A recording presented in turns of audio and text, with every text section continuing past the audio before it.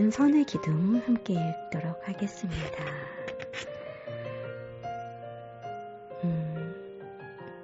바로 읽을게요. 그로부터 수개월이 지나고 나는 여전히 홀로 내면을 탐색하는 중이었다. 전혀 예상치 못한 곳에서 도움의 손길이 도착하리라는 사실은 짐작도 못한 채 말이다. 나와 같은 박사과정 학생 중에 마크 월드만이라는 친구가 있었다. 그는 영민한 젊은 청년으로 온갖 종류의 책을 섭렵하는 열혈 독서가였다. 다른 사람들과 마찬가지로 마크 역시 내가 목소리에 대해 이야기하는 것을 들었다. 어느 날 그가 도움이 될지도 모르겠다며 책 한 권을 건네주었다. 필립 카플로가 쓴 선의 새 기둥이었다. 당시 나는 선불교에 대해서는 아는 바가 전혀 없었다. 나는 종교에는 별 생각이 없는 지식인이었다. 유대교 전통 속에서 자랐지만 딱히 신심이 강하지는 않았고 대학에 들어갈 때쯤 되자 종교는 나와 완전히 무관한 영역이 되었다. 누군가 날 보고 무신론자냐고 물었다면 나는 그를 멍하니 쳐다봤을 것이다. 나는 그런 것에 대해서조차 생각해 본 적이 없는 사람이었다. 나는 선불교에 대한 그 책을 훑어보기 시작했는데 몇 분 지나지 않아 이것이 내면의 그 목소리를 다루고 있는 책임을 단박에 깨달았다. 심장이 쿵 하고 떨어졌다. 숨을 쉴 수가 없었다. 분명히 이 책은 목소리의 주절거림을 멈추는 법에 대해 이야기하고 있었다. 구구절절 마음을 입다물게 하는 법에 대해 얘기하고 있었다. 책에서는 마음의 배후에 있는 자를 참자라는 용어로 지칭했다. 내가 그토록 찾고 있던 것을 드디어 찾은 것이다. 나는 마음의 목소리와 자신을 동일시하지 않고 그 목소리를 지켜볼 줄 알게 된 사람들이 어딘가에 분명히 있을 것이라고 확신했었다. 그런데 이 책은 수천 년에 걸쳐 내려온 목소리에 대한 지식을 담고 있을 뿐 아니라 그 목소리로부터 해방되는 길까지 분명히 기술하고 있었다. 마음의 소나기로부터 스스로를 해방시키는 방법에 대해 논하고 있었다. 너머로 가는 법에 대해 논하고 있었다. 말할 것도 없이 나는 경외감에 푹 빠졌다. 이 인생에서 한 번도 느껴보지 못한 깊은 존경과 경외심을 이 책에서 느꼈다. 그동안 학교에서 억지로 공부하느라 읽어댄 책이 얼마나 많았던가. 그런데 지금 드디어 내가 진짜로 궁금해하는 의문에 답을 주는 책을 손에 넣은 것이다. 목소리가 말하는 것을 지켜보는 나는 누구인가? 같은 의문 말이다. 나는 이 의문들에 대한 답을 온몸이 떨리도록 알고 싶었다. 사실을 말하자면 알고 싶다 정도가 아니었다. 나는 이 답을 꼭 알아야만 했다. 그 목소리 때문에 돌아버릴 지경이었으니까. 선의 새 기둥이 말하는 바는 매우 분명하고 명료했다. 마음에 관해서 읽고 말하고 생각하기를 멈추고 그저 그것을 조용히 침묵시키는 데 필요한 일을 하라. 그 필요하다는 일 역시 모호하지 않고 명확했다. 바로 명상이었다. 사실 명상에 대해 알기 전부터 나는 홀로 앉아 목소리의 말을 멈춰보려고 노력했었다.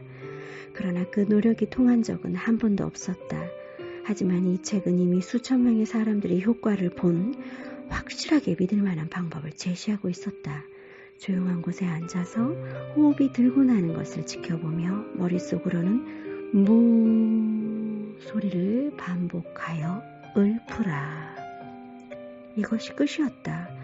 이것을 매일 조금씩 시간을 늘려가며 실천하기만 하면 되었다.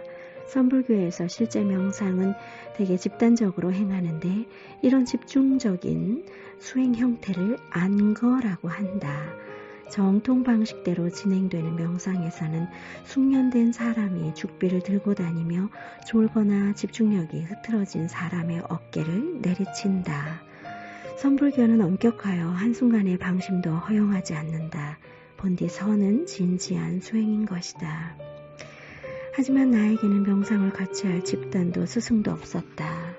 내가 가진 것이라고는 오직 책, 그리고 이런 수행이 과연 나의 의문을 해소시켜 줄 수 있는지를 확인하고픈 절절한 소망뿐이었다. 그래서 나는 혼자서 선 명상을 시작했다. 적어도 내가 이해한 바로는 일단 실천하는 것이 선 명상의 핵심이었다. 처음에는 매일 15분에서 20분간 앉아 있었다. 일주일이 지나자 그 시간을 30분씩 하루에 2번으로 늘릴 수 있었다. 폭죽처럼 터지는 통찰도 깊은 경험도 일어나지 않았다. 하지만 호흡과 만트라에 집중하는 것만으로도 내 의식은 쉴 새 없이 떠드는 목소리로부터 확실히 떨어져 나왔다. 머릿속으로 무 소리를 내고 있으면 목소리는 더 이상 평소처럼 그 모든 정신나간 소리들을 짓거리지 못했다. 나는 곧 이 연습이 좋아지기 시작했고 명상 시간이 빨리 오기만을 기다렸다. 셀리와 내가 캠핑 여행을 가기로 한 것은 선 명상 실험을 시작한 지 몇 주 정도밖에 안 된 시점이었다. 곧이어 친구 4명이 더 합류했고 우리 일행은 주말에 밴을 몰고 오칼라 구규림을 향해 출발했다. 나한테 폴크스바겐 캠핑카가 있었기 때문에 주말 여행은 언제든지 훌쩍 떠날 수 있는 쉬운 일이었다. 하지만 이번 여행은 여느 캠핑 여행과는 달랐다. 내 일생에 깊은 변혁을 가져온 일이 바로 이번 여행에서 일어난 참이었던 것이다. 우리는 숲속 한적한 곳에 자리를 잡았다. 자연 그대로의 모습이 고스란히 남아있는 습지대가 눈앞에 펼쳐졌다. 밴을 세운 후 우리 일행은 그 광경이 주는 고즈넉함과 아름다움에 반해서 말을 잇지 못했다. 이곳이야말로 명상하기에 딱 좋을 것 같다는 생각이 들었다. 나는 초심자에 불과했지만 수행에 임하는 자세만큼은 매우 진지했고 그 목소리가 진짜 멈추면 과연 어떤 세상이 펼쳐질지를 꼭 알고 싶었다. 나는 셀리와 친구들에게 잠시 혼자만의 시간을 보내도 되겠냐고 양해를 구했다. 아무도 반대하지 않았기 때문에 나는 숯불이 무성한 호숫가를 거닐며 앉기 좋은 장소를 찾았다. 명상이라는 개념 자체가 내게는 너무도 의미가 깊었기 때문에 처음부터 그것은 신성한 경험에 가까웠다. 나는 부타처럼 나무 하나를 골라 그 자리에 자리 잡고 앉았다. 그리고 아주 극적인 어조로 스스로에게 말했다. 깨달음을 얻기까지는 일어나지 않으리라. 그날 그 나무 아래에서 일어났던 그 강렬한 체험을 떠올리면 지금도 온몸이 떨리고 눈물이 차오른다.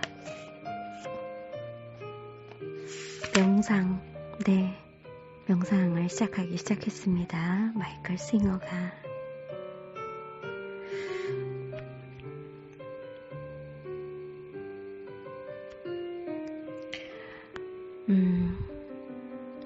오늘은 여기까지 했고요. 다음 시간에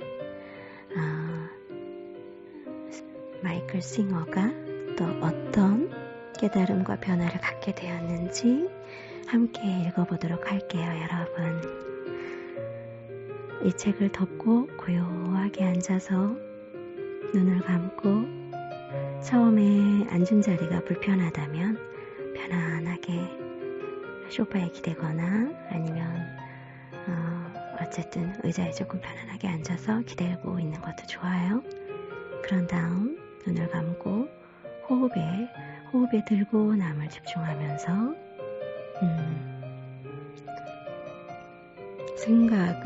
생각의 스위치를 한번 꺼보는 연습을 해보세요. 네, 여러분 삶에 많은 변화가 찾아오기 시작할 겁니다. 사랑합니다. 다음 시간에 또